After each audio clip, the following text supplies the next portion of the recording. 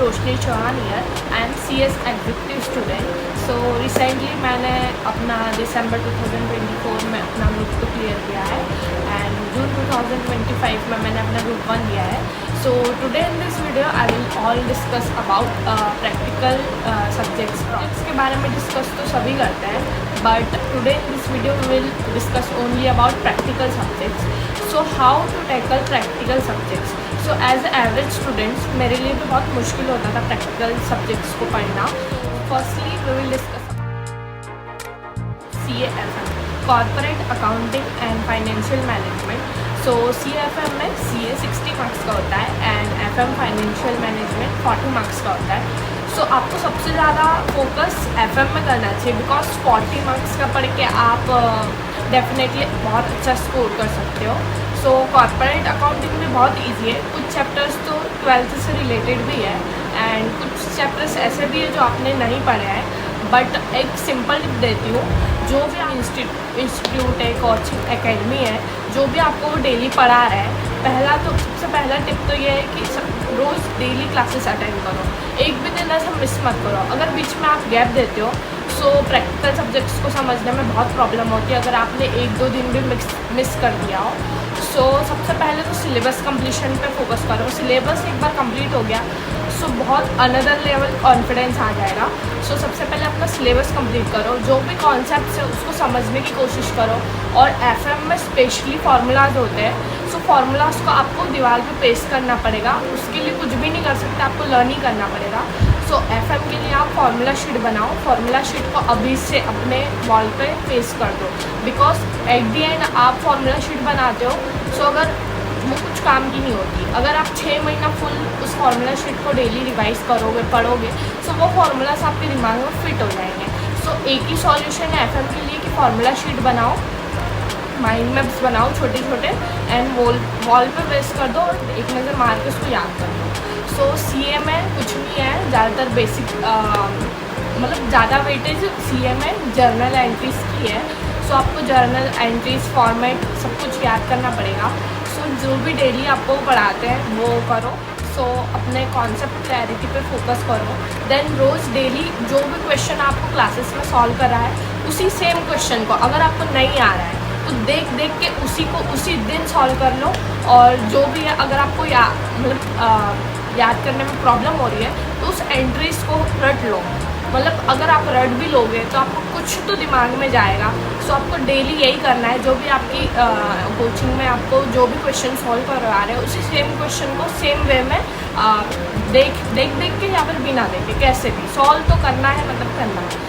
सो यही एक टिप है CAFM के लिए। और लास्ट का जो 2 मंथ होता है सेल्फ स्टडी रिवीजन के लिए, उन 2 मंथ्स में फुल क्वेश्चन सॉल्विंग करो।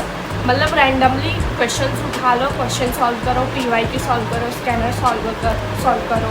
एंड अगर आपको प्रॉब्लम हो रही है तो देख के क्वेश्चन सॉल्व करो। 10 दिन देख के सॉल्व करोगे, 15 दिन करोगे, उसके बाद में तो आएगा, थोड़ा तो आएगा। So you have to do by yourself. So question solving must है, क्वेश्चन सॉल्विंग करे बिना आप गए तो पूरा ब्लैंक हो जाओगे। So you have to do question solving. Okay, so let's move towards tax laws. Tax laws में डायरेक्ट टैक्स 60 मार्क्स का होता है, इनडायरेक्ट टैक्स 40 मार्क्स का होता है।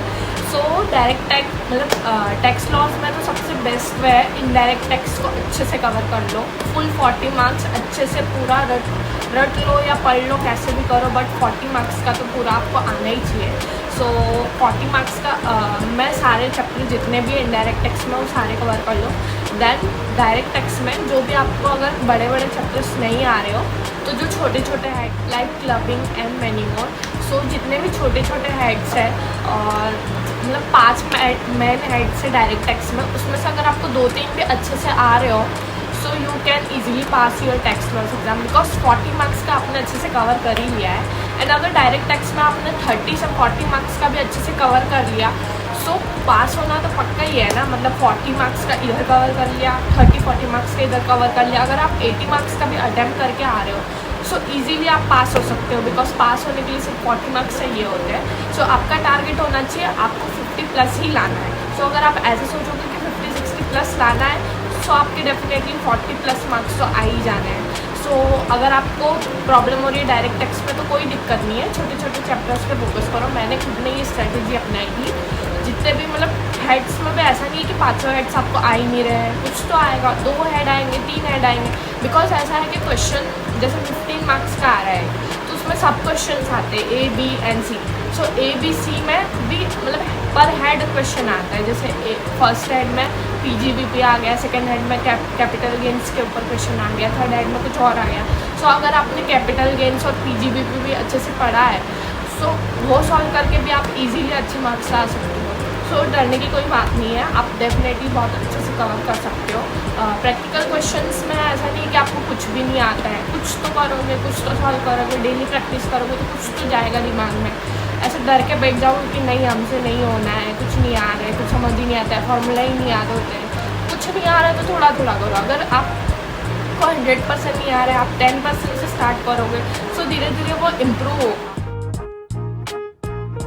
सो जितने भी स्टूडेंट्स हैं जो ग्रुप 1 ले रहे हैं जिसमें CFM आता है सो आपको डेफिनेटली लास्ट के 2 मंथ तो full writing practice question solving करनी है।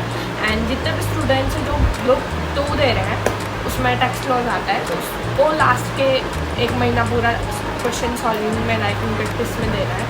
So that's all for today's video.